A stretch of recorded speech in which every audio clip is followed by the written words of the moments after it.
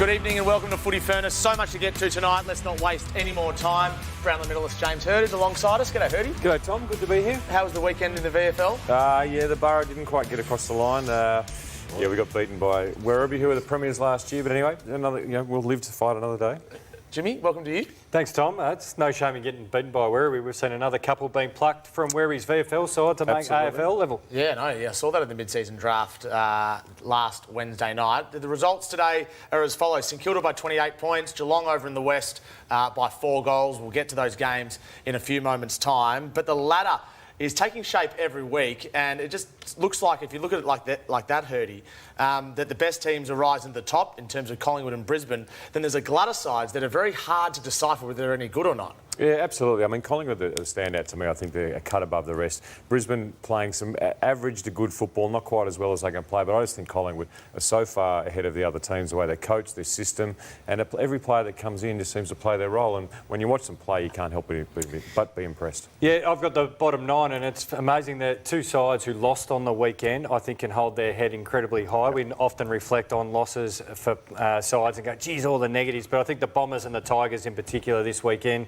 I know they'd rather the win, but it felt like they got lots of wins on the ground. So they were two impressive results without quite getting the extra 4 points. Do you think any of those bottom 9 teams can play finals? Do you think Essendon or St Kilda can play finals, Jimmy? Well, Essendon and St Kilda are in touch because they've won enough games. I think Sydney's definitely done, particularly off the weekend, and it just leaves too much work coming home. You have to win still like another 9 or 10 if you're Carlton and below. So we're 12 rounds in, Hirdy. Yeah. What do you rank as your top teams so far? If we could power rank your teams, where does it sit right now? Well, I was asked to give a top 6. Yeah. Well, we were both asked to give a top 6, and one of us on this panel actually followed the rules and gave a top 6. I won't say who it was, but my top 6, I think Collingwood, as discussed earlier, are far away ahead, the best team in the competition. Brisbane and Geelong, I think, can beat them on their day. The Western Bulldogs, for me, are still the unknown. They haven't beaten a lot, but they're playing some very good football. And Gold Coast and Adelaide are up there. People will say, where was Freo after beating Gold Coast, where was Hawthorn? But Hawthorn just have dropped away a bit, and Fremantle, for me, I still don't trust what they can do, even though it was a fantastic performance on the weekend. So if Hirdy plays by the rules, what do you do, Jimmy? Well, Hirdy's right. I did what I tended to do in high school. I listened to probably about 65% of what the teachers He's listed half the teams. He's after a top 6. You can't give all 18 teams, Jimmy. You can only give 6. So let me walk you through it, gentlemen. I've actually grouped these sides, so they're actually grouping. So we clearly would all agree that Collingwood is out in front. So right now they're clear. I've got Brisbane back in the second group just because of the fluctuation they've got going in quarters and in games. But I don't think that's a massive negative compared to last year. The next group, of course, Group 3 there. I think all these sides actually have an element of their game that can win finals and difficult on their matchup because they actually have a point of difference. You can look at the Crows, their scoring power. The Cats, we all know they can be coached well with the spare back. The Dogs with their huge midfield power. And I'm still a massive believer in what Freo can do defensively. But if they add the attacking layers like we're going to get into a little bit later in the show. Do you trust Freo? Well, that's why they're in Group 3.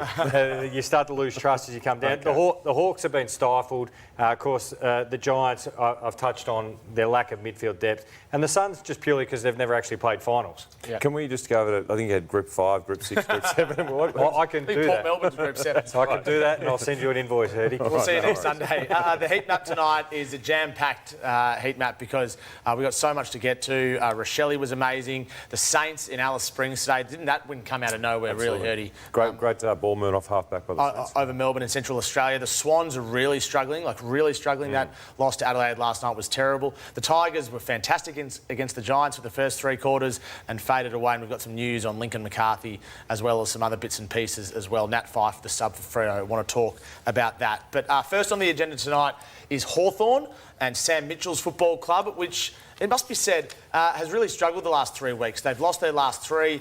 In many people's eyes, they were going to make a grand final, if not win a premiership this year. We sort of assumed that they would lift from last year when they won a final and get to the 3rd or 4th week of finals. It hasn't played out that way. They've only beaten one top 8 side. The last couple of weeks when they've had a litmus test, they've failed. And the biggest failure they've had so far, even though it was against a good opponent, was against Collingwood on Friday night on the big stage, and Sam Mitchell wasn't happy. I think it was pretty clear to everyone that was here and those watching at home that, we're at this point miles off it. That Collingwood team are super sharp, and that's what we need to aspire to and above. So, Hirdy, What's Hawthorn's biggest issue? I think the biggest issue is in their outnumbering. I mean, they've really failed the test against the top 6 teams this year in terms of the way their numbers have looked, and their win-loss record against the top 6 teams is 0-4 to date.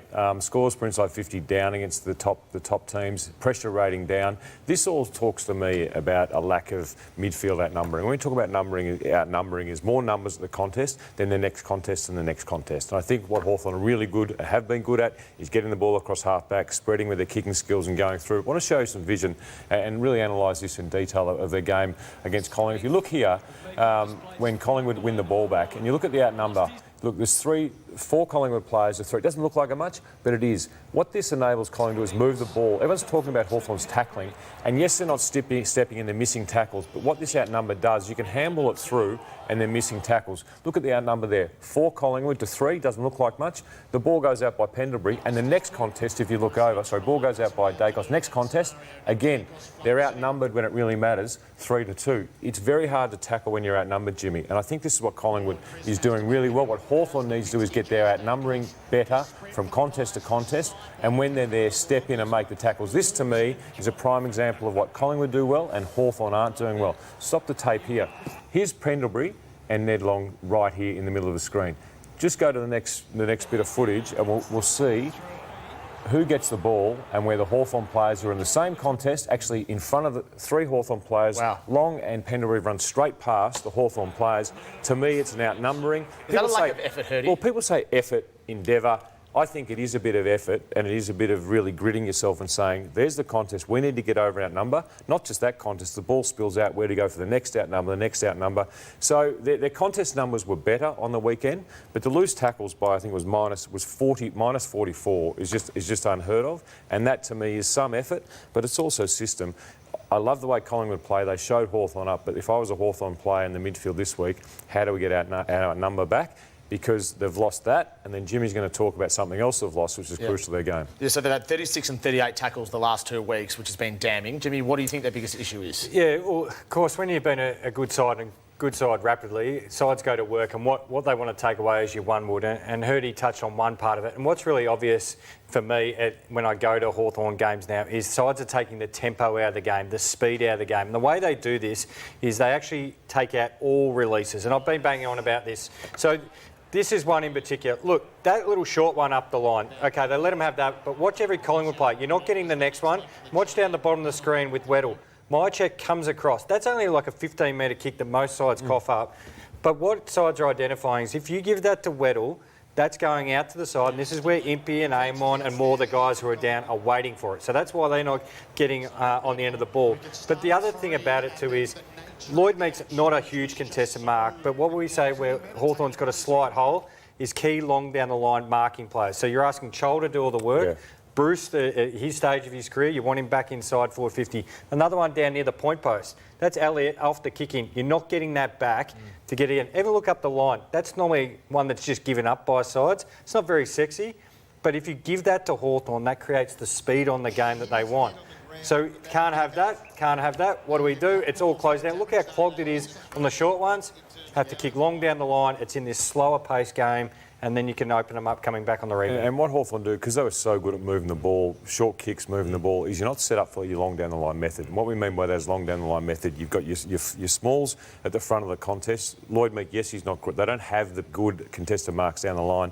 Your smalls down and your layers in front, and then your corridor cover. They're not getting that like a Collingwood is because they're all fanned out to win the ball or get kicked the ball. So you've got to be one or the other. As soon as you realise you can't get those short passes, you've all got to fold down and get your long down the line method, which they don't have, and teams like Collingwood do have. So the question for Sam Mitchell is, does he have a plan B? Can they win another way, Jimmy? No, they can. They've just got to find ways to generate speed off that. So sometimes it might feel forced, and this is where you've got to be really brave, is you're going to cough a few up, especially early in a game, but you've got to keep going. So that's someone coming from the front where you create that overlap handball to whip them out the other side of the ground. It's as soon as you receive the ball, get that play on from mark percentage or free kick up high, because tempo is what the Hawks thrive in. And get back to the contest. You know, they love moving the ball. I think they will. They do have a plan B. I think Sam Mitchell definitely has a plan B. But at this stage, all right, boys, it's back to the contest, and let's see if we can get back to winning the ball there. On the other hand, Collingwood are playing some amazing football They are. They're the oldest team in the comp. They have been for a while now. They don't seem to care. As Justin Lepage told us in the pre-season, in the Collingwood documentary, The Grind, they will never rebuild. But going to the bottom is not an option for us. We want to make sure that we give our fans the best possible experience every year and every game, and give you some hope this year is the one. So the question for Collingwood, and the question I have for you guys is, if Collingwood are refusing to rebuild, they're not going to go young, they're backing themselves to be old. Philosophically, why don't other clubs follow them? Why can't clubs embrace being old and just top up when they need to top up? Because that's all Collingwood are doing, and they're doing it well. Because there's good clubs and there's bad clubs and there's averagely run clubs. Geelong's a club that hasn't gone back. They basically regenerate and bring some new players and regenerate. And it's the era that Jimmy was in that is just consistently rolling over and rolling over. And the way they set themselves to not be a mediocre club is what Geelong does. It's what Collingwood's done now. They've gone on and on. Yes, they might have a bad year here and there, but they regenerate. They use their draft picks and then they use their older players. Having guys like Pendlebury and Sidebottom, the experienced players, passing the baton on is what some clubs don't have. All right, Bobby Hill as a pie is playing some great footy. He's on Players tomorrow night with Nate Caddy and also Tom McConing is in the news. Nate Caddy is in some incredible form for Essendon. That is a show that is flying on YouTube and on Footy Classified on Channel 9. Felix Von Hoff doing a fantastic job as well. Sarah Rowe was awesome last week, the AFLW star for Collingwood, and this week might be even better with Tom McConing on the panel. Looking forward to hearing what he has to say. Don't miss out on that. YouTube tomorrow night and after Footy Classified on Channel 9. All right, let's talk about Melbourne versus St Kilda in Alice Springs, Jimmy. 28 scoring shots to 21 was that margin, but yet the Saints won by 28 points. Melbourne just couldn't kick. Take us through the Lexus of Blackburn key moments. Yeah, you're right, Tom. 7 goals, 21. It's not only cut the mustard, but it's the Saints, their ability to move the ball from the back half to the front half, which actually stood out. So rebound hurt the D's here. They jumped out to a nice lead here, the Saints. Petrarca's hardball get to Oliver with Fritsch on the lead. So that was a beautiful passage of play. But Max Hall, another one of the many youngsters, which I'm a big fan of at the Saints, or new players there, kicks 2 goals in the first quarter, and Jack Higgins sets up Hall for his second in the first quarter. Beautiful hands there. How good was it for him to have also Dan Butler back as well, kicked 4 goals. Isaac Keeler I like as a young emerging key forward talent. Once he gets that match hardened fitness, a couple of pre-seasons under his belt, who knows where that could lead to, because he the scoreboard as well. Brad Hill was one who actually kicked really straight. And, you know, when everyone else was missing, he was hitting it at a vital time. And Melbourne kept coming. They kicked 8 points, you know, in the last quarter, and the Saints kicked a couple of goals, which were able to hold them off. I'm a massive fan of Mitch Owens. I just love how he plays. I reckon Hirdy be one you just pick first, but then you try and work out where you want to play him, because he can play so many positions. So a good win, a good discipline win for the Saints, but 57 inside forward 50s for the D's, 40 for the Saints, and it was reflective of the way the Saints got back, blocked up the corridor, which you and I talk about, and Kel Wilkie just steering him from behind the footy beautifully. Yeah, the Saints had lost 3 in a row before this. It was a game against the odds, really, given Melbourne had won 5 of their last 6. And it was set up off half-back for the Saints. Yeah, it was. The Saints were terrific off half-back. I think Simon Goodwin disappointed the amount of times that St Kilda were able to go through Melbourne from half-back. But it was just far too easy at certain times. But this is not typical Ross Lyon player. The Ross likes to have a forward half game. He likes to get the ball and win the ball higher up the ground and score from there. But I thought it looked like he'd freed the team up a bit to move the ball to the middle of the ground. It was either that or the Demons were a little bit off in defence. And, you know, if I was Simon looking at the way they lost, too easy for St Kilda to move the ball. Fantastic play here from Wangani Malira. But, you know, just a beautiful kick, isn't he? But too easy for them to move the ball and then missing those shots at goal. It's going to kill you. Just on Wangani Malira, what did he have? He had 29 touches and 27 kicks. And spent 20 minutes off the field, of course. Yes. He copped that high knock, which will be looked at, of course, from Aidan Johnson. So is that I mean, should Simon Gooden have closed down more on him, or was it too hard to do? Or because if you look at someone as dominant as that, getting the ball as often as that, and 27 kicks, it's going to hurt you. I think next week, if Jack Viney is playing, he takes that role on the best opposition halfback. I wouldn't be putting Viney on Wangani Malira. Probably not, actually. Yeah. That's probably a good call, actually. But talking about matchup, they didn't match up on anyone. So they had 128 uncontested marks, the Saints. Yeah, which is unheard of. It's really. enormous. Yeah. So same old story for the D's, Jimmy? Well, if you can't take the ball off the opposition, you can't close it down. It makes it very difficult to score from front half and actually get really good position on the field. So you often get your really good shots on goal off turnover, because obviously the defence is all joined in attack.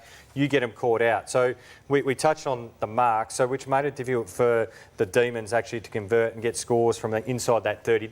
a space where you probably convert 80% compared to when you get them outside the point post and a bit deeper. But the Saints forced them wide and defended well. 41% they're scoring at this season. They're scoring accuracy. Worst conversion. Yeah. What about Marcus Windhager tagging Cozzy Pickett? Cozzy Pickett, arguably the form player in the competition, and Ross Lyon sent his best tagger to him, and he did a great job. I think so. That's why we contrasted what Melbourne did with Wanganeen Malera. Well, they didn't put anyone to him, whereas Ross Lyon has said, righto, this guy was sensational. Pickett and put Windhager to him and really cut him out of the game. He's on him for 108 minutes. Windhager was on him for 108 minutes. 12 disposals, 9 contested possessions, 3 score involvements, no goals. That's a massive win for Windhager and for Ross Lyon in the system. And a big win for the Saints as well in that regard. The other incident in this game that's worth talking about is Aidan Johnson, who I'm sure will get at least a week for this high bump on that play you spoke about, Nasai Wanganeen Miller. Definitely lucky that he wasn't concussed. He had an HIA. High impact would be elevating it due to the potential to cause serious impact. That would be 2 weeks. Medium impact is 1 week. I mean, that's not the sort of action you want to see in the game, I would have thought, Jimmy. No, I think we all recognise that. That's probably a week at least, especially after Cal Mills, which did I get that right last week and you didn't? What did we say? I said it'd be a week and you said he'd be fine. Yeah, I thought it might be a fine. Yeah, I'm just anyway, stirring up, but he's getting a week, I reckon. At least a week in that regard. Ross Lyon, after the game, he was in a jovial, playful sort of mood, but he was serious when he was talking about some confusion among the coaches or among St Kilda when it comes to high bumps. I like the physicality of the game. I'm concerned where the game's heading. I understand the head sacrosanct and all that, but I mean, there was one with Hunter Clark where he went down to the ball, won it, and then it's like, you just hope both teams and everyone in the comp gets a fair shake. Do you know what I mean? Like, when you need it to be fair, hopefully it's fair, so. Do you think that's fair, Jim? Yeah, I'm with Ross Lyon on that one. That's separate than the Aidan Johnson. Forever and a day you're taught don't put your head where your backside belongs, and you should be actually taking a little bit of duty of care yourself. Yeah. Like, look after yourself when you go into the contest. That's perfect technique. Yeah, by Hunter Clark. Yeah, that's the point that Ross Lyon was making. Anyway, the Saints, an important win for them today. The Dogs, not the Dogs, the D's play against Collingwood on King's birthday next Monday. They're hoping for 85,000 there to celebrate Neil Danaher and MND, and what an amazing cause that is. That would be a record for that day if they can get 85,000 there. Josh Rochelle is the hottest hand of the round thanks to Alexis of Blackburn. I was at the A-League Grand Final last night and I saw nothing like that. That was just absolutely superb. He kicked 3 goals and he played a beautiful game, and that was a beautiful ball from an amazing player. Yeah, Diego Rochelle. Diego Rochelle. All right, let's have an edition. We haven't had this for a while. Of Fan the Flames. Saturday afternoon, Fred, up in your footy. Triple M Saturday, Rob. We're on crunch time. You're hearing it all on ABC Sport. All right, we'll get to Adelaide and the good in a few moments' time. But this, in my view, is Adelaide the bad. But first, let's have a listen to Wayne Miller on ABC radio last night after the match. You can sort of feel it as a group, you know, when we were all over them in the first half, and, you know, they were sort of a bit of a rabble just hearing from them on ground, so... I'm fanning the Flames, not at those comments, but at Adelaide CEO Tim Silvers, who I like, by the way, and is a good operator, having to call, feeling like he has to call his Sydney Swans counterpart, Tom Harley, to apologise for that. What did he say? He called them a rabble. No, but what did he say? What did he apologise for? For those comments. For calling him a rabble. Really? I think they were. So what's the cut-off point? 100? Like, you got belted by 90 points. You were a rabble. We've been a rabble before and we've been belted. The Swans weren't offended. They would know they're a rabble. So is he apologising because the Swans were offended? Or was he apologising because somebody called them out about their comments? Well, I don't know exactly why he's apologising. So why were we apologising? The Swans care whether... No, the Swans didn't care. Right, OK. Well, Yeah. it seems to me that they were a rebel. Yep. And if you know when players are back-chatting each other, they're talking on the ground, you really love it when they're doing it, the opposition are doing it. But, yeah, they were a mess. They really were a mess on Saturday night. We want personalities in the game, and Dean Cox was asked about it after the match. You know, obviously you want to try and be, as a football club, you want to make sure that you're as consistent, connected, and compete together. So what we need to make sure is that, you know, if we are doing that, we need to focus on what we can control. You know, I think at times players do get frustrated, but if it is coming in way too much. So the Sydney Swans are in a world of hurt now, Hirdy. Where do they go from here, and what are their biggest issues? Yeah, I think their biggest issues, they haven't got a forward line. They really haven't got a forward line can take a contested mark. I think that their ball movement is gone off, which was their one wood last year. Their one wood. Their contested side of things is not where it's need to be. They rely on too few around the middle of the ground. And I think the one thing that I've loved about the Swans for the last 10 years is their standards. Like they always, everything was done, not perfectly, they made mistakes, but not too many. And we just saw too many examples. Here we see example of a goal get kicked.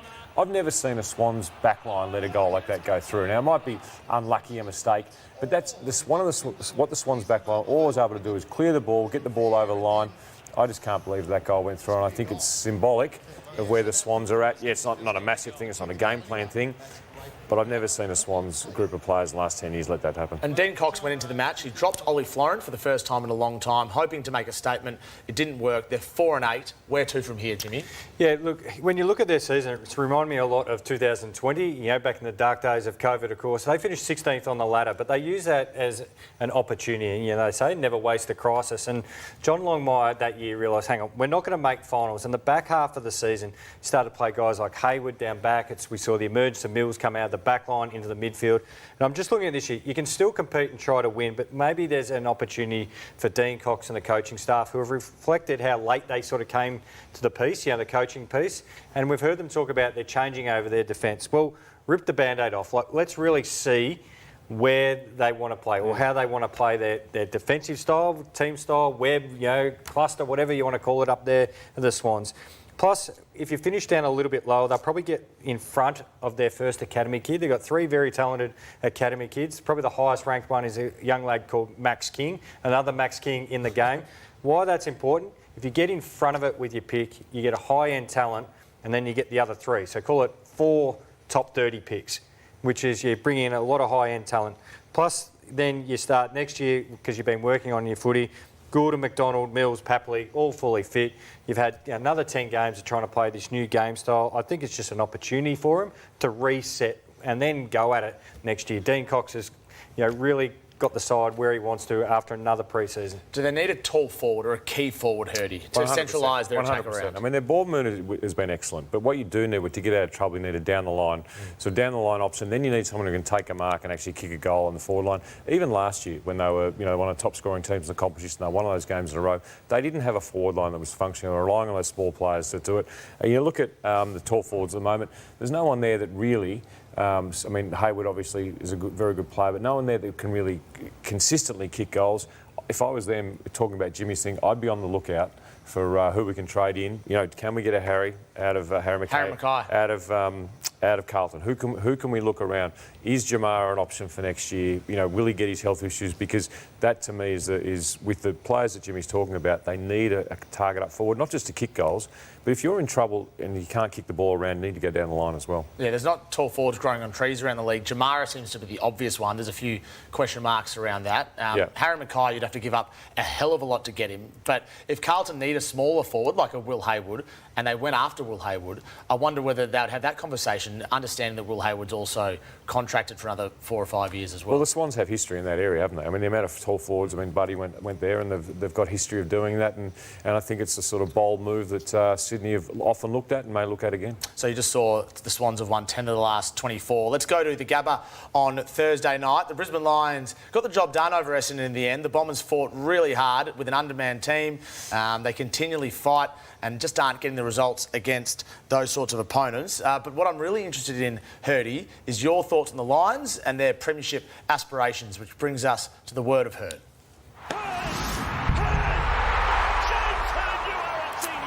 Yes, thank you, Tom. It's about this time of the year that the last 4 premiers have fallen away. The last premier to win a final was Richmond in 2020, which is a remarkable result. If you look at the premiership, the previous premiership teams either missed the finals or gone out in straight sets. It goes to show how hard it is off the back of a premiership winning season. You start later, and it's about this time, the middle of the year, that you fall away. Brisbane haven't done that. I don't think they're playing their best football. A draw against North Melbourne, and I think they just got over the line with some reasonable results against the Bombers, but not a great game.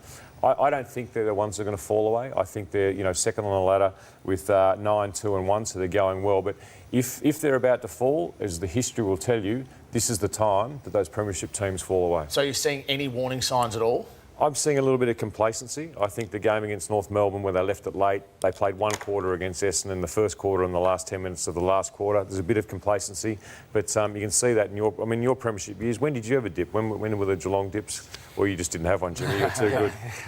We had one where we missed the finals, I think, 2015, I think it might have been, where we just finished missed ninth. out. Finished ninth, just outside. So we're still in the running late in the year. Yep. I do think that's interesting, and it's surprising, really. You'd imagine that those premiership teams would at least compete the next year, but clearly not. And you look at their next 4 games as well. The next 3, they're not easy. None of those 3 games are easy wins. I reckon they come at a good time, though, because you get emotionally charged against good sides and good challenges too. So the Crows, Adelaide Oval, fantastic challenge. The Giants, too, they've had some good battles, and one of the toughest challenges in footy, taking the Cats on down at their home park. And if you look at the Brisbane Lions, they started very slowly last year and really built up. This year, they put themselves in a fantastic position to maybe have that little bit of a lull. But it is extremely hard. It's extremely hard to get up for that premiership, stay up and go again. So Essendon's currently 10th on the ladder, and they've beaten teams below them and they've lost to teams ahead of them. It's quite remarkable, actually, the symmetry of their season and how it's playing out. They've got a big couple of games to come. Carlton, Geelong, Freo and Gold Coast. The next 4 weeks will tell us a lot. What are you seeing with Essendon that gives you optimism or makes you pessimistic? Well, I think that was the best performance for a long, long time from the Bombers. Not just because of that they ran lines and almost won, but the way they played. I like the way early in the game they were really struggling. They were trying to kick and mark and didn't move the ball. But they just started to get a bit more attacking with the ball and took the lines on. You can see the excitement in the younger players really come out. To me, although it was a loss, that was the best I think they've played in a long time. Well, they're exactly where they should be off that symmetry as you're talking about, Tom. But as after quarter time, they're willing to play the game in the contest, and to do that, you've actually got to put yourself in the contest. Defensively, you've got to be closer to your opponent, but then take on the contest forward of the footy. Yeah, and an unbelievable third quarter as well from Jai Caldwell. Nate Caddy showing some good signs. They got 4 picks in the first 2 rounds, so there might be some positive signs ahead for the Bombers. What isn't positive is the injury to Callan Ward. We'll get to that after the break. And all the latest news from Geelong's win over West Coast tonight in Perth. Stay with us on Footy Furnace. Welcome back to Footy Furnace. Probably the sad story from the weekend came in this game, GWS versus Richmond. So the Giants won by 3 points. They were 28 points down at three-quarter time, kicked 5 goals to naught to get a very important victory. But earlier on in the game, Callan Ward hurt his knee badly. And just a few minutes after that, he spoke to Fox Footy about what we think is an ACL. I'm not sure officially yet, but it feels like a bad one, like an ACL. Initially probably in shock, but now I'm feeling all right. There's a lot worse going on than me. It's hurting my knee. So, was it in the marking contest or when the ball hit the ground you went for the tackle? Yeah, in the tackle. Yeah, just a change of direction, like a typical ACL. So Callan Ward was clearly emotional after that particular incident. He was then asked to give a rev-up speech to his teammates at three-quarter time. And I'm told it was one of the more remarkable speeches that anyone in the vicinity of that three-quarter time huddle heard. He spoke about the need for his teammates to be reliable, to depend on each other, to get their head over the ball, and essentially just play the footy that they know has been successful in the past. It takes amazing courage to go and do that. And then Adam Kingsley spoke, and his exact quote, Adam Kingsley, was, "We will win." And remember at the time they were 28 points down. They went on to win the game. You both know Callan Ward very well. Tell us about the man and tell us about the leadership and the character of the person. Yeah, well, it's terrible news for Callan. I think one of the things that struck me about him, for such a fantastic footballer, how humble he is and how well respected he was at the Giants. I mean, I was only spent 9 or 10 months there, but the man was just respected everywhere. There wasn't a bad word said about him. His work ethic, the way he played his football was honest, but super skillful, and and a terrific guy as well. High quality human. I echo Hirdy's thoughts as well. And, sometimes the good guys don't get the ending that they deserve. And he's one who deserves everything. And he won't be lost on football because, like we mentioned, he knows the game.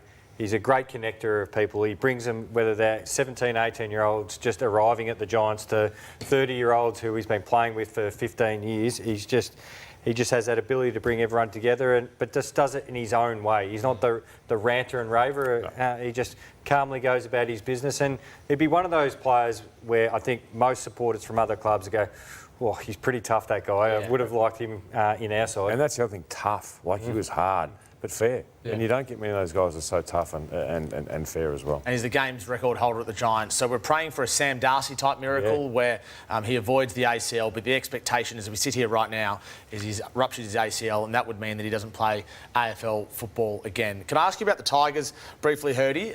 They had such great effort in the first three quarters. They faded out. What are you making of Adam Uze's team at the moment? I just think if you're a Tigers supporter, you're really excited again. I think at the end of last year, everyone was like, oh, we're not sure where they're going. They had a terrific draft. And then the criticism around Adam Uze that he's never going to win a game, the aura's not there. Well, he's really shown everyone that that's not the case. He's really building this team along the right place. The young kids are being developed in the right way, and you see the way they're playing. They're playing with freedom, but a system and an effort-based and outnumbering that is working. And to run the Giants so close, they could have almost beat North Melbourne. I think they almost had the Dons last week. So, there could be 6 wins. It's not about win-loss for the Richmond Football Club at the moment, but if I was a Richmond supporter, I'd be very excited. I tell you what, Dion Prestia came back in, first game for the year, had more than 30 disposals. Maybe he does have a little bit of life left in those legs. Well, that's been the great thing about it. While we keep seeing the exciting little snippets of all the young boys, this player does this thing on the forward line or another young emerging key back, the old boys have been pretty good. I mean that respectfully, the old boys, they are old compared to the others, but Vlosten's form as well.